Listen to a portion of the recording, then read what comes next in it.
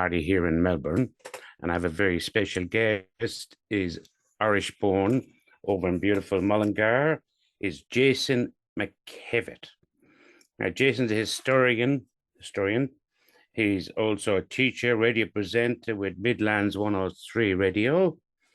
Also, his family are stoked in army, all of them right back to his grandfather. And his athletics, he's got lots of stories. So I'm not going to waste your time. Let's cross over and have a chat with Kevin. And we'll cross over here now to Mullingar.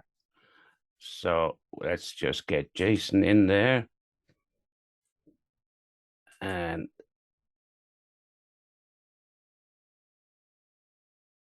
Jason, welcome to the show. And a beautiful part, Mullingar. Love it.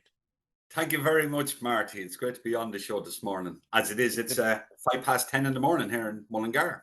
Well, we're at 9:10 in the evening here in Melbourne. There you go. There you go. A fly got into the studio and he just landed on me. So, Jason, we've heard your intro on that. So I want to kick it off to you. And I think you're not shy with radio and you're well able to talk of that. So I want to kick it off. Tell us about growing up in Mullingar. And then if you can lead up in there and let you flow with the story. So I'm handing the mic over to you, my friend. Okay, thank you very much. You're doing something, Marty, that Midlands 103 Radio and Mullingar are terrified to do. Hand the mic to me. Exactly. Right beside Hold on, I just paused you. Pause. Off you go, my friend. I suppose my story is that, my background, I'm a teacher. I'm a history teacher and a special education teacher. But the background I come from a military family. I come from a very strong military background. I grew up in Mullingar, within the shadows of Columb Barracks, Mullingar. So we grew up in a place called Grand Parade. So Grand Parade, typical military term, outside Columb Barracks in Mullingar. And the amazing thing about my family, I served as an army reservist. I'll probably talk about that shortly. But we would have been the 5th generation military in our family. So my great-grandfather served in the Connacht Rangers and served in Columb Barracks, Mullingar, when it was Mullingar Military Barracks with the British Army, served in the Boer War. Michael Creevy was his name. Then my great-grandfather, who would have been the son-in-law of this Michael Creevy, James Kilmurray, he served with the Rifle Brigade, and he served with the Royal Army Logistics Corps, whatever it was called then. And he would have served in Mullingar. Him and his brother, Leinster Regiment, joined up in 1914 in the military barracks in Mullingar and went off and fought in the First World War. My grandfather, Larry McKevitt, he came down with the 11th Dublin Battalion, the Dublin Volunteers, in around 1939, 1940, when the emergency broke out with the Irish Army. And he served in the barracks, and he also served in Knockdrin Castle. And the unit he was with one of the officers was Major Vivian De Valera, and who was, of course, President De Valera, or Taoiseach De Valera's son. So he served in Mullingar. Then my father, Daniel McKevitt, who was 4 times an army champion boxer. He died last year. Sorry, what was your dad's name again? Because we are putting up a photograph at the end. Danny McKevitt. He was a boxer. He was 4 times an army champion boxer, and light middleweight champion as well. So he was an interesting character. So he was in the army. Then my 2 younger brothers were in the regular army. They were NCOs in the regular army. They served in Lebanon, Syria, Chad, Liberia. They've served all over. And of course, on my mother's side, then the Kavanagh side, which I'm very proud of as well, I've a batch of uncles on the Kavanagh side that served in the military as well. So the army, all regular army. And then, of course, I joined the reserves. I'm the only reservist in the family. The rest are all regulars. And there's a joke in the family, Jay's reserve, we're regulars. And then people saying, Jay, how come you didn't go into regulars? I said, I went to university instead. So I wind up the brothers, and they go, they chown at me. That's great. But no, I love the military. The military is very important. I spent, I suppose my discharge papers is up there behind me, and I served for 30 years and 199 days as an army reservist in the Irish Defence Forces. Wow. And within that time, I spent 4 years on the national executive of the Reserve Defence Forces Representative Association, which was our representative association, which was fighting the corner for Army and Naval Reservists in the Irish Defence Forces. And we came a long way, because I suppose what I would have joined is what some of your viewers, especially expats in Australia, would have heard of was FCA. But the FCA was disbanded.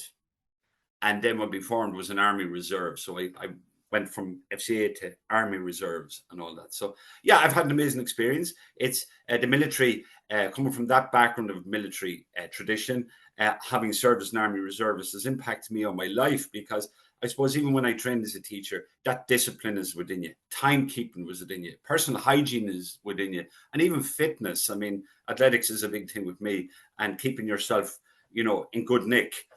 That's the military. Yeah. I always find anyway. I take anyway. So that military aspect has been very important to me, and very important to my family. And and I'm very proud to say that my family served within the Irish Defence Forces and within the military, and even prior to that, served in the First World War and even the Boer War with the British Army. You should be proud of that. And also, just to rewind a little bit, growing up, what was schooling like when you grew up? What was it like for you? Schooling for me, I came to the tail end of the bad old days of school. I mean, I'm 51 now. There you go. And but when it's hard to say that term 51, because I don't feel it. I still feel in my 30s, And my daughter, I still lie about mine, so don't worry about that. And my daughter, who's 21, reckons I still dress as if I'm in my 30s. But anyway, hey, look. There you go. But I suppose schooling for me, and here's one of the ironies, because I am a teacher and I work with teenagers. I suppose I enjoyed school to an extent, but I had a tough time at school. I come from the tail end of the old Ireland, where you got a thump. Yep. You got a rap. You were segregated. I suppose the schooling I went through, it came from what part of town you came from, and what your social background was. If you came from a well-to-do, big shot family, you were minded. If you came from an ordinary working family, especially a normal military family, you were kind of, you were looked down a bit slightly. So I suppose when we look at equality now and equity within classrooms, that didn't really exist back then, in the Irish classroom anyway. No. And yeah, I got thumped. I got beaten by the Christian brother. I'll say that now. I got beaten up by a Christian brother quite badly. I remember running home to where Grand Parade, and my father in the army at the time, and Granny was there, because we spent a lot of time with Granny and Grand Parade and Grandad. And I remember my father just went absolute ape about it. Like he went so mad about it, because this is not happening here. And I think he went across and made it clear that this is not happening. So, and it was tough times. So I suppose I left school early, to be honest with you.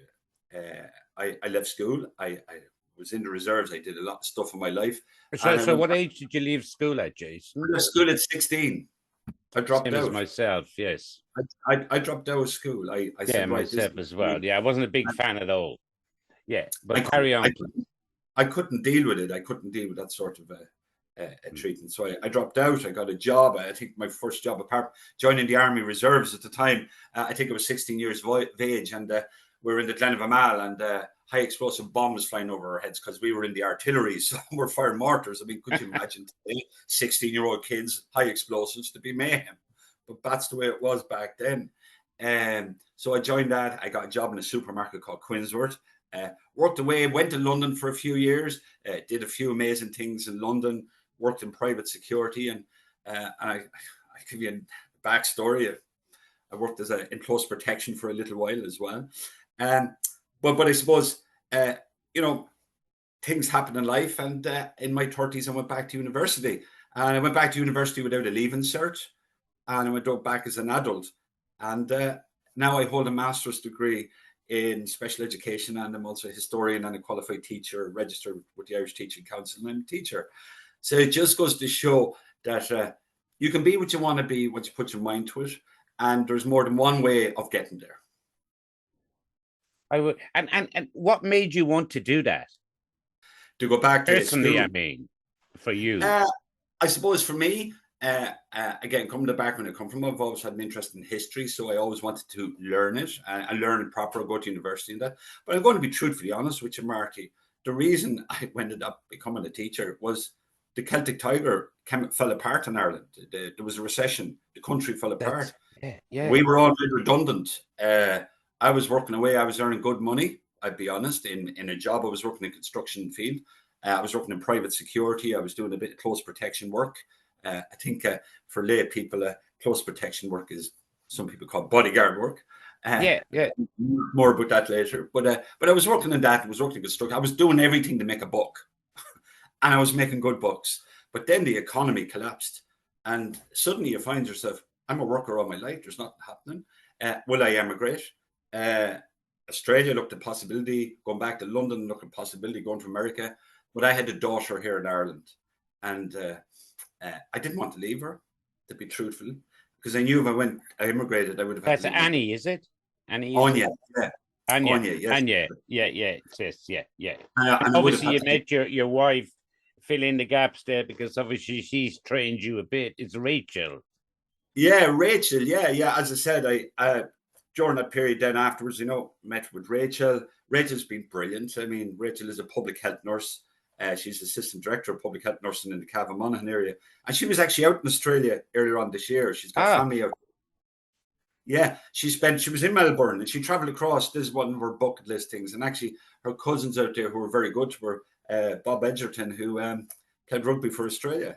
He's a very famous international rugby player, Bob. I believe so, and yes. He's Rachel's cousin and a great guy. I mean, Rachel went out there, stayed in his apartment, met up with all the Edgerton family.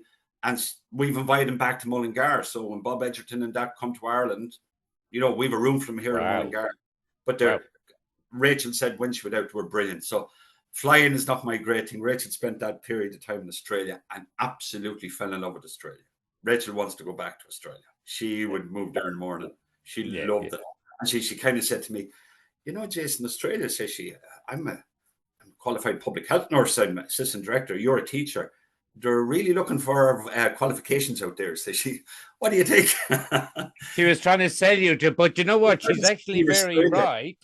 They're crying out. Anyone that's listening, they're crying out for public health, mental health nurses, any of that. Absolutely. But Jason, don't let me jump in now because I'm So she's trying to sell me this, what about Australia? Let's go to Australia. Let's spend that. So she's even in my ear about Australia. Rachel has fallen in love with Australia. I personally, as I said, have never been there, but apparently it's something else. It's such a diverse country. And to travel it, like she did parachuting over there. She did on top of the hot air balloon. She dived because Rachel loves diving, scuba diving. So, and I have to say, Rachel's been good. Yeah. So that's been that. So I suppose that's how I ended up then going to university. I went on to university, got my qualifications, and that was me. But history has always been there. I mean, you come from the background I come from, you could not but love history because, as I said, one of the big things in our house growing up is, apart from all my family being in the military, was the stories about my granddad in the Congo and the stories of granddad at the Battle of the Tunnel, which was only a couple of months after Jadotville. Correct, yes. For our listeners, my dad was in Jadotville.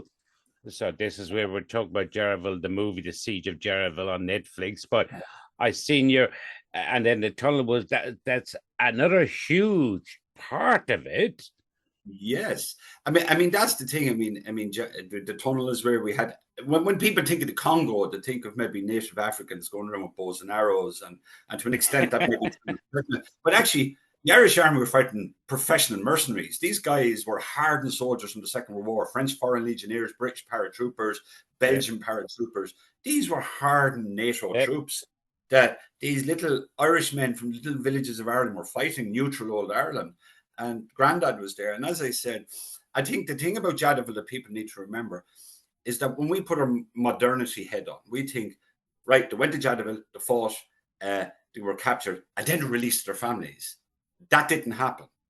Those guys, and your dad included, Marty, and an awful lot of Jadotville veterans I would have known, they went straight back into action again. As soon as they were released, they were back in they didn't want to repatriate back to Ireland. They went back into uniform and they had to serve out their tour, which ended around December 61. And a lot of them served at the Battle of the Tunnels. They went back into battle.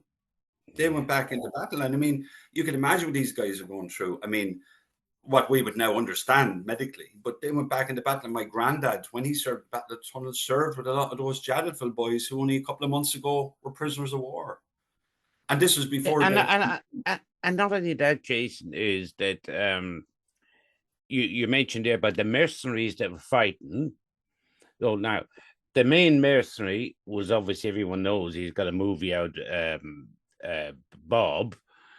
Yes. Yeah, his wife's been on my show, and his son, Philippe, he literally like understands that because his dad did different things. So it's nice to see two different sides of the coin, but what they went through, but the same, like in the and look, let's be honest, it's not just about the Jarvels, what they went through in the Congo and all those men, and just to hit on it because I know you do that, is what they came back and went through, not just all of the men all over. And obviously your brothers, the real army, not like you. Yes. Yeah. Thought I get that in there. They would love that statement, the regular army.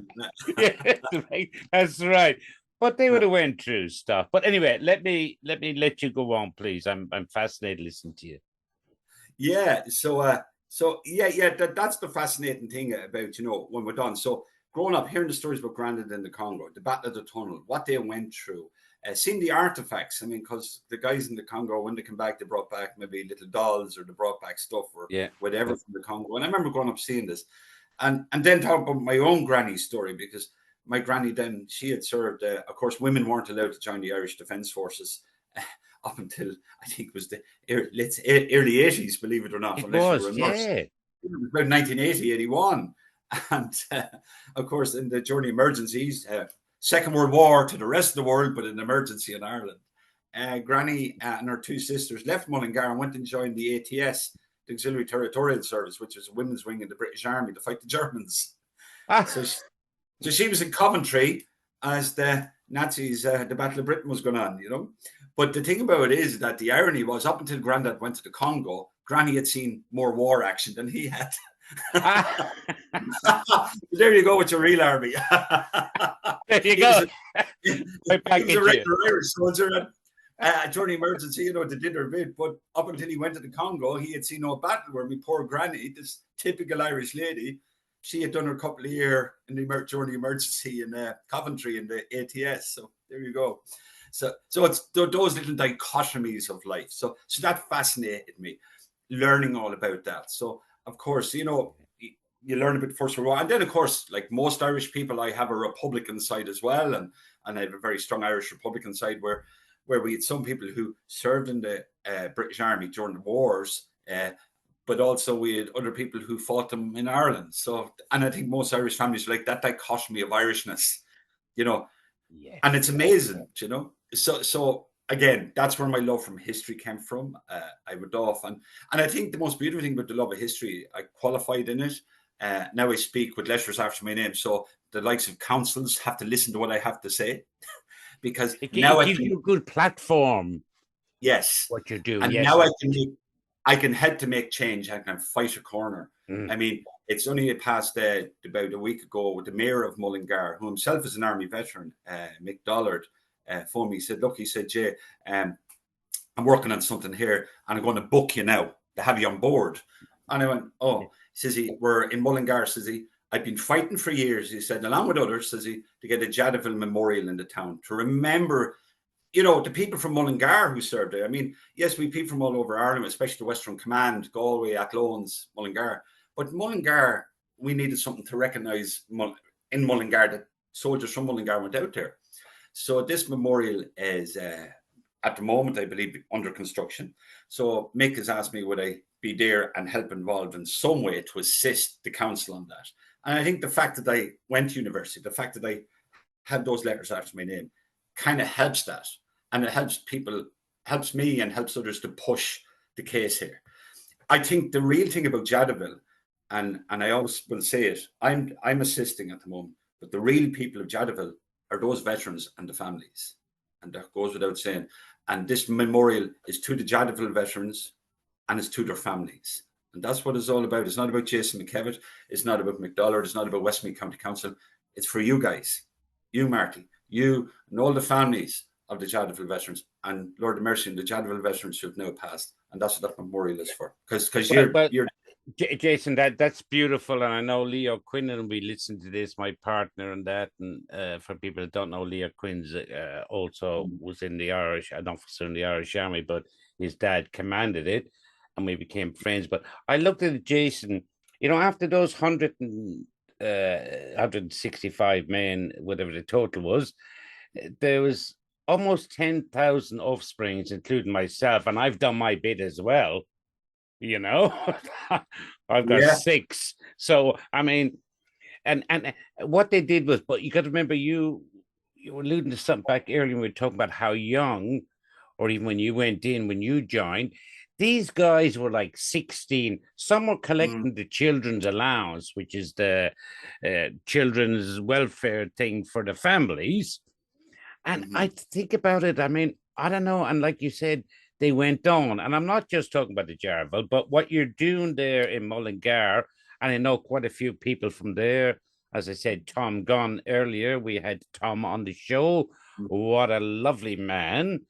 And you've got all the people there, and what you're doing is amazing. I hope you get Leo to join you up there when you're doing it. I know he'd be delighted to, because that's lovely what you're doing. Now, move on a little bit from that.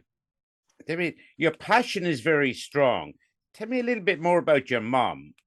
We've kind of skipped over. You're talking about all the men in there, but your mom was obviously a big influence on you.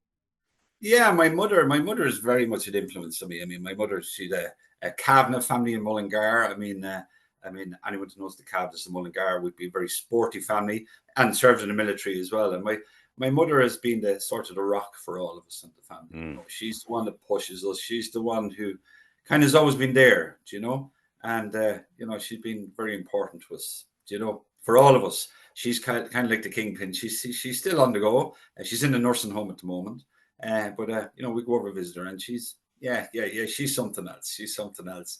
But as I said, the Kavanagh side. I mean, when I was in New York, I was visiting a cousin of mine, Frank Kavanagh, who's done very well for himself in New York, but he was a world champion handballer. That's how he ended up out in New York originally. Yeah. So he's very much involved in the GA out in New York. And, it was great to meet up with Frank over there.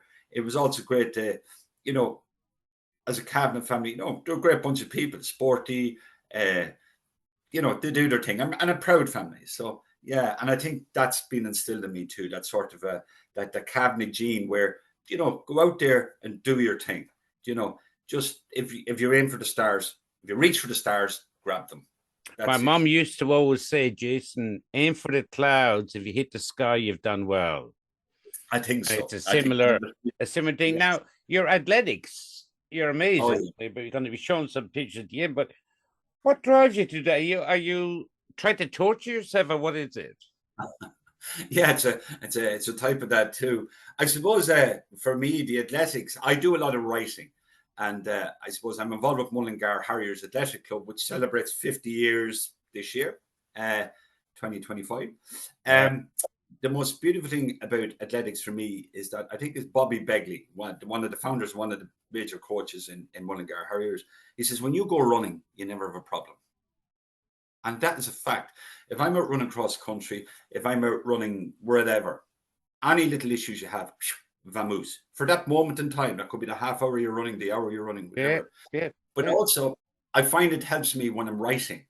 It helps you. Like, I've published a lot of stuff. I mean, recently with Mullingar Harriers, for instance, our 50th anniversary book. So I was the historian as part of a 5-6 person team involved in the creation of this book, which is behind me here on the shelf.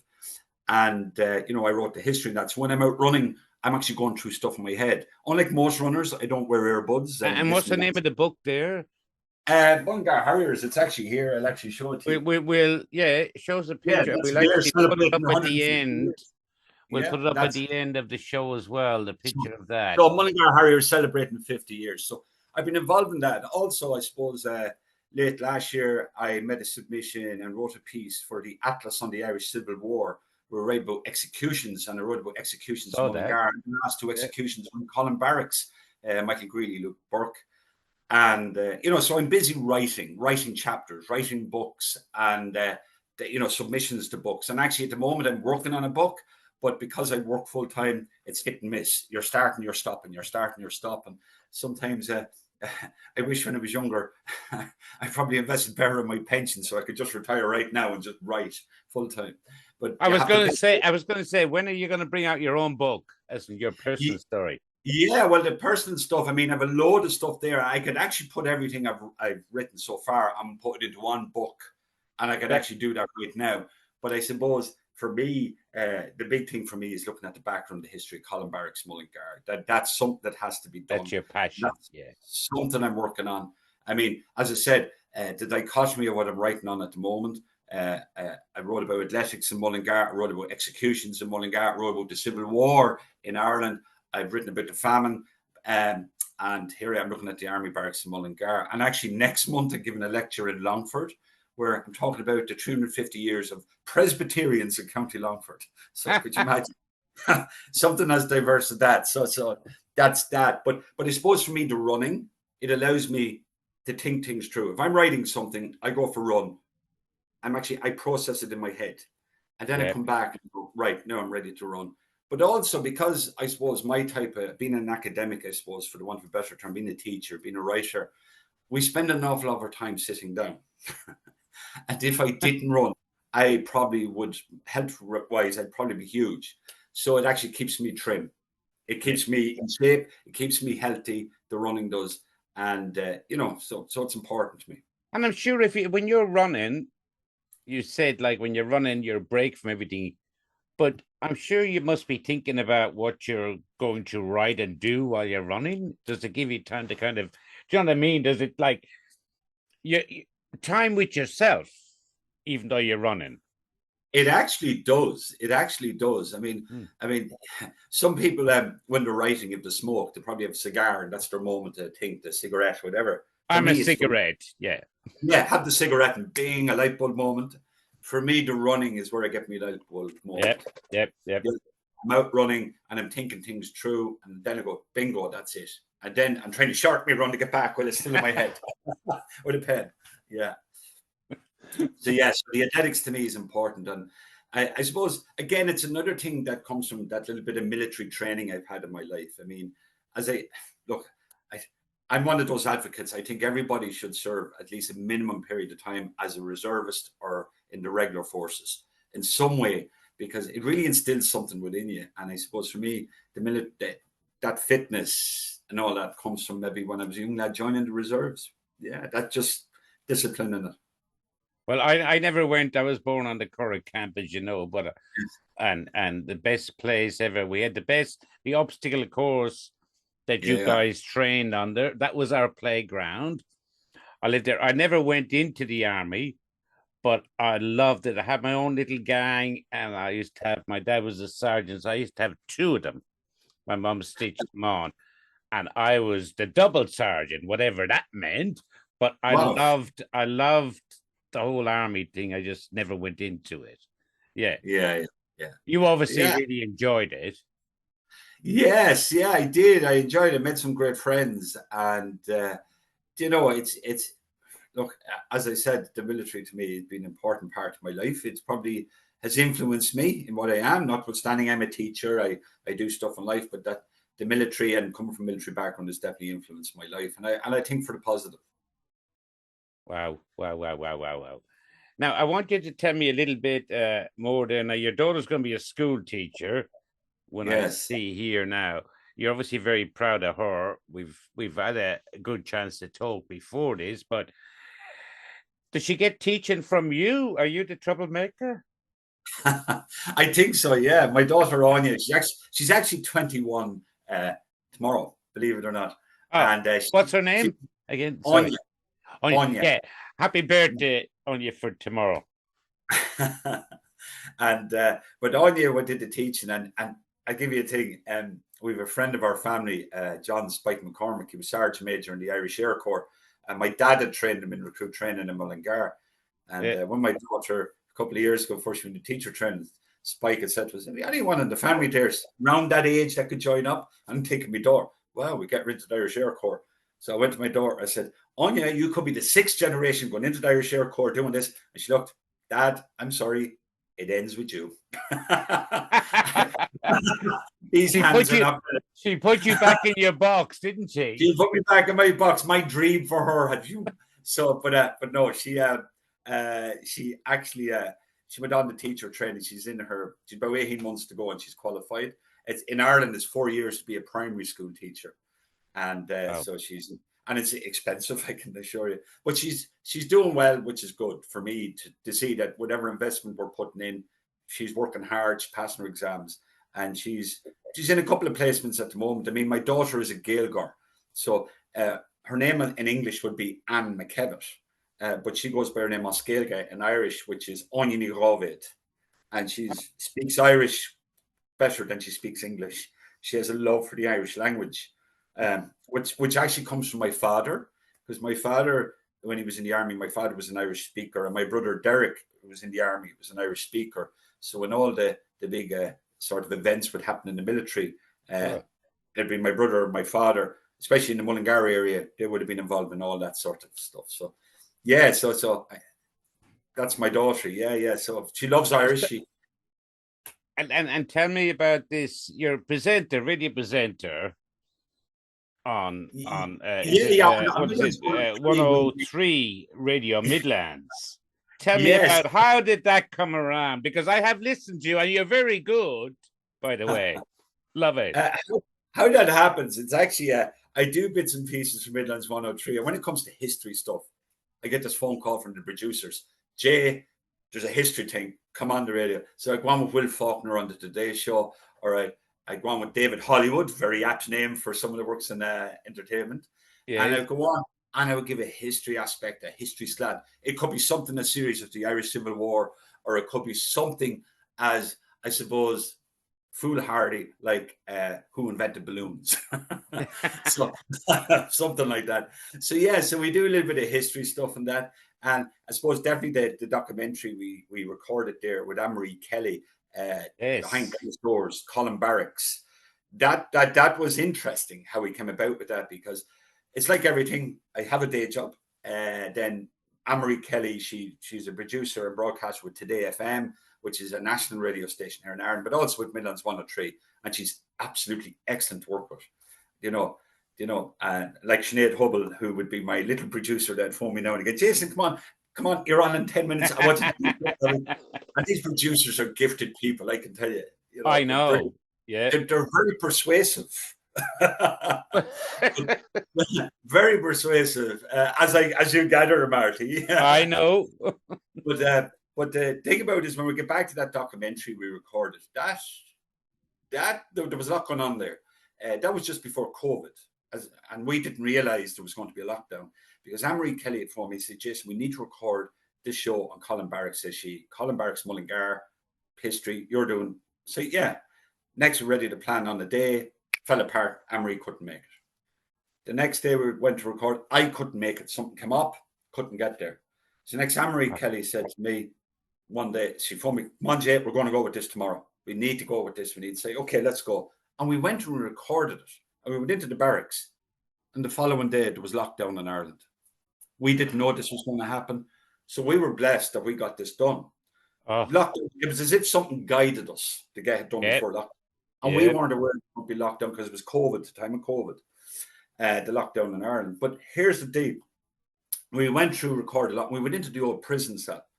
And later on, I wrote about the two guys that were executed there in the Irish Civil War, Captain Michael Greeley and I watched that. Very good. I watched that. And I did a documentary. I was waiting for them to lock you in there. But anyway, go on. Well, Westmeath County Council would probably love to lock me in there, because I'm always biting at their tail. But here's one of those surreal moments that happened to us. We were recording away, and I was reading the last letter of Michael Greeley, and I think it was Mullingar Military Barracks, the 13th of March, 1923. My dearest, blah, blah, blah. And Exam Kelly went, hold it, Jason. I went, you all right? What's today's date? I went, 13th of March. And it was actually something like the 98th anniversary of the executions that we weren't aware. Oh, my God. It was actually on the anniversary of the executions of these men. And because we were just rushing in to get this recorded, we were just grab a day. It wasn't that someone sat down with a storyboard plotting what was going to happen. So the next day, the place went lockdown. The day we actually recorded was on the anniversary of the executions. And here's the kicker. We recorded the show, and next we looked, there was a black cat sitting on the window. Next we looked, the black cat disappeared. And next we felt this chill. And Anne-Marie and I are looking at each other and we're going, oh, wow, this is amazing. But when the show went out on radio, without recorded across the Midlands, whatever, a while later, someone contacted me. Says she, I'm into the paranormal, says she. I said, all right, very good. Good for you. And says she, no, says she, the show was great, says she. And I love the way you connected with the other world. I go, what? Says she, if you listen to the recording, says she, there's a tap, tap, and then a regular tap. And says she, that's the other world trying to make contact with you.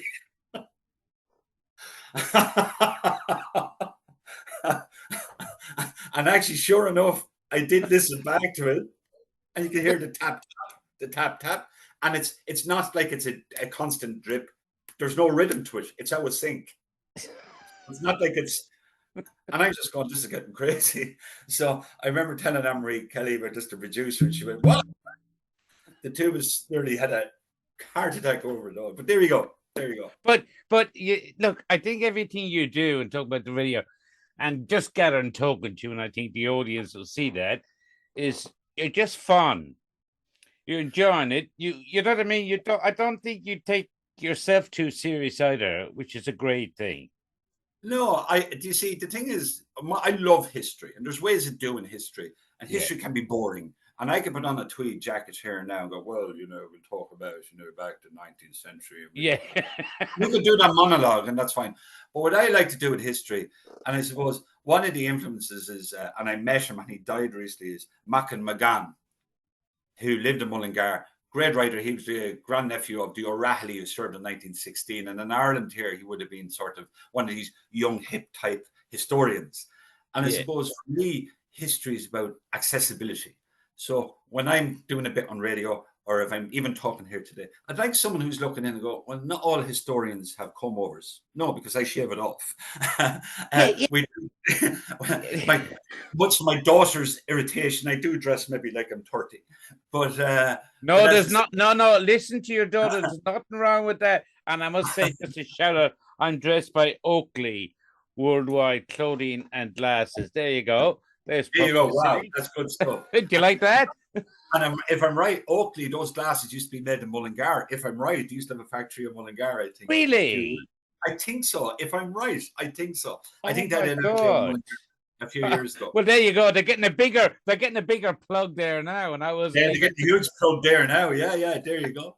But no. So for me, history, and when I go on the radio, or when I'm in the newspapers, or when I'm doing the little documentary for Westmeath County Council on the execution, where we filmed the documentary, and I'm sure people who are listening want to go onto YouTube, type my name into YouTube, and all these little videos come up and all that sort of stuff. Well, we're going to send put all your stuff up, and a link to it, and they can go to, well, it's easy to find you in it with your name, so you just type it in and it comes up. But I want to ask you now, because we're just finishing up on time, so I want to ask you is, from what you do and everything, what advice would you give to people? And I'm not just talking about I'm talking about worldwide. What advice would you give people for their dreams, or especially your athletics? I've watched so much with you, everything you do, teaching and the whole lot. What advice would you give to us pure mortals?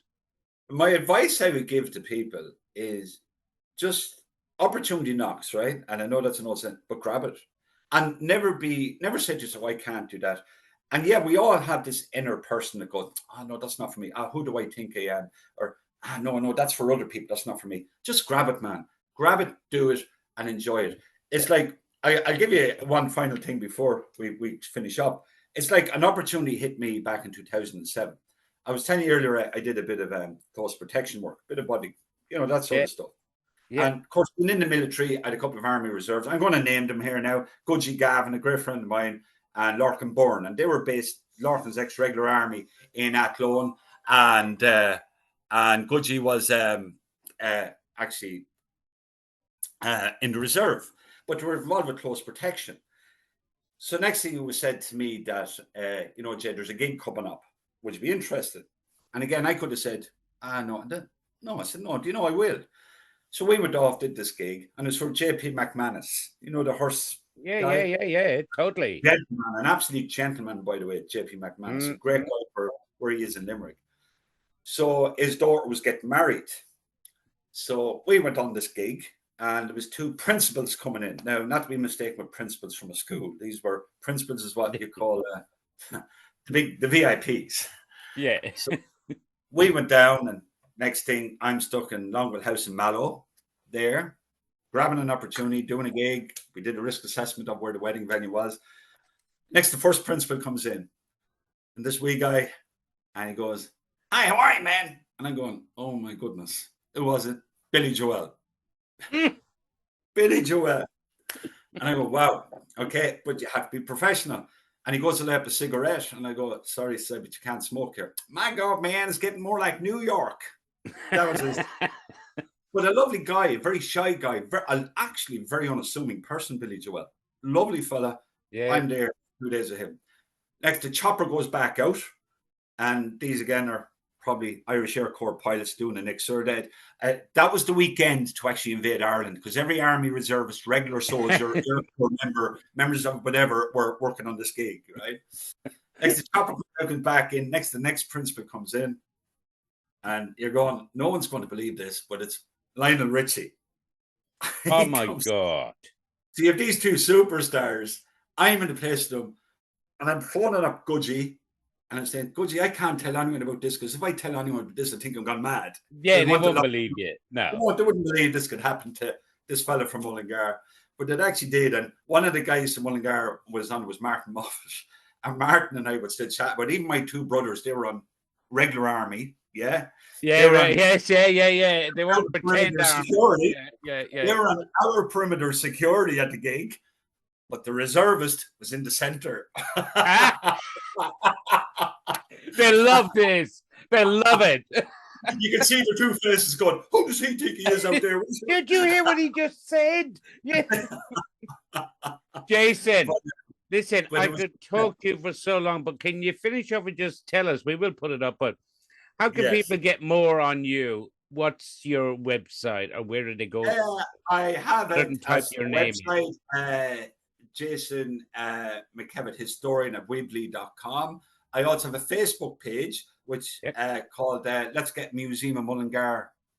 To go into Facebook, Let's Get Museum of Mullingar to showcase its history, and I'm there. So they're the two main places where my writing, or just whatever, So they're the areas, the website. We'll type your name in and we'll put it there. Jason, I could talk to you for an hour. It's hard to believe that we've done 50 minutes already. It actually is. It's I know. Oh, that was you, not me. Don't blame me. Jason, you're an absolute gentleman, and stay in touch. And thank you so much for coming on the show. You're very welcome. And thank you, Marty. And again, I'd like to conclude by just saying, as we concluded, we've had a great chat. But remember, you and I are chatting, and it's thanks to, I suppose, let's be honest, let's remember at this moment, those men who served in Jadaville and their families who are here today, because their families are as much veterans as the men themselves were. God bless the whole lot of them. Jason, thank you very much. And you know what? I wear my dad's medal, the Jadaville medal, and all these medals from the Congo, Cyprus, and I wear them for all of us siblings and my mother. Jason, what a pleasure. And thank you to our listeners here, Australia, New Zealand, and all over the world. And we'll see you on the next episode. Thank you, Jason, and good night. Thank you so much, Marty. Thank you. A pleasure, my friend. A pleasure. Thank you.